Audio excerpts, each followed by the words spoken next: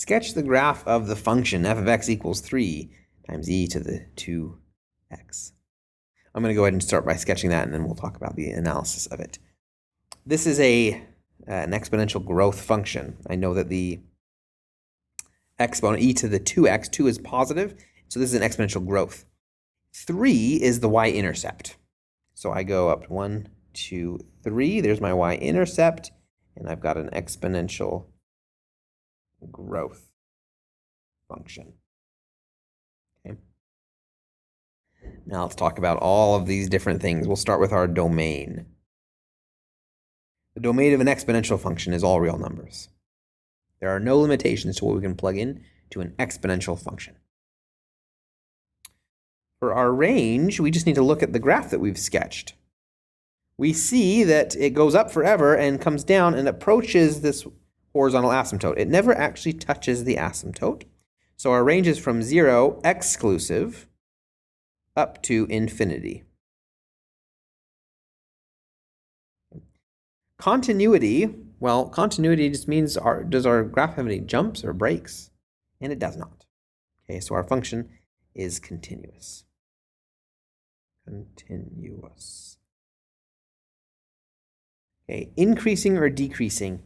Looking at this, increasing and decreasing is described as we move from left to right. What is our y value doing? And from left to right, we can see that our y value is going up, getting bigger and bigger. And so our function is increasing, okay, on its entire domain, on the real numbers.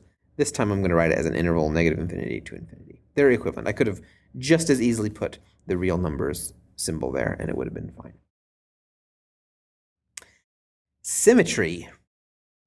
Symmetry, there's no symmetry here.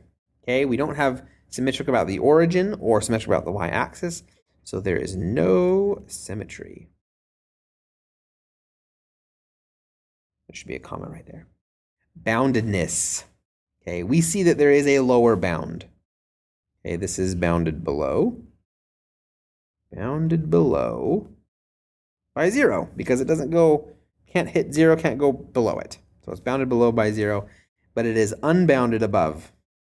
Unbounded above. Because it goes up forever and ever and ever. So all in all, the function itself is unbounded, because it can't be stuck between two different numbers. So it is an unbounded function, but we can say it's bounded below 0. Extrema. Those are maximum points and minimum points. We don't see any maximum point. We don't see any minimum point. Okay, we know that it goes up forever and ever and ever and ever. So of course there's no maximum, and it doesn't. There's no peak or anything. So no maximum points, and it doesn't have any dips either. Okay, so there's no minimum points. It just slowly levels out, and it never gets flat. Slowly levels out, getting closer and closer to that asymptote. So there are no extrema. For asymptotes, we know that we certainly have a horizontal asymptote for our exponential functions. We have a horizontal asymptote,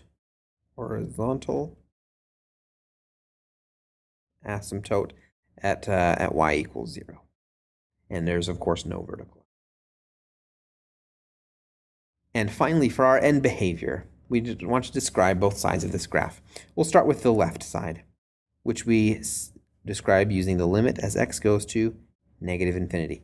As x goes to negative infinity, meaning on the left side of the graph, our function is leveling out and getting closer and closer to 0.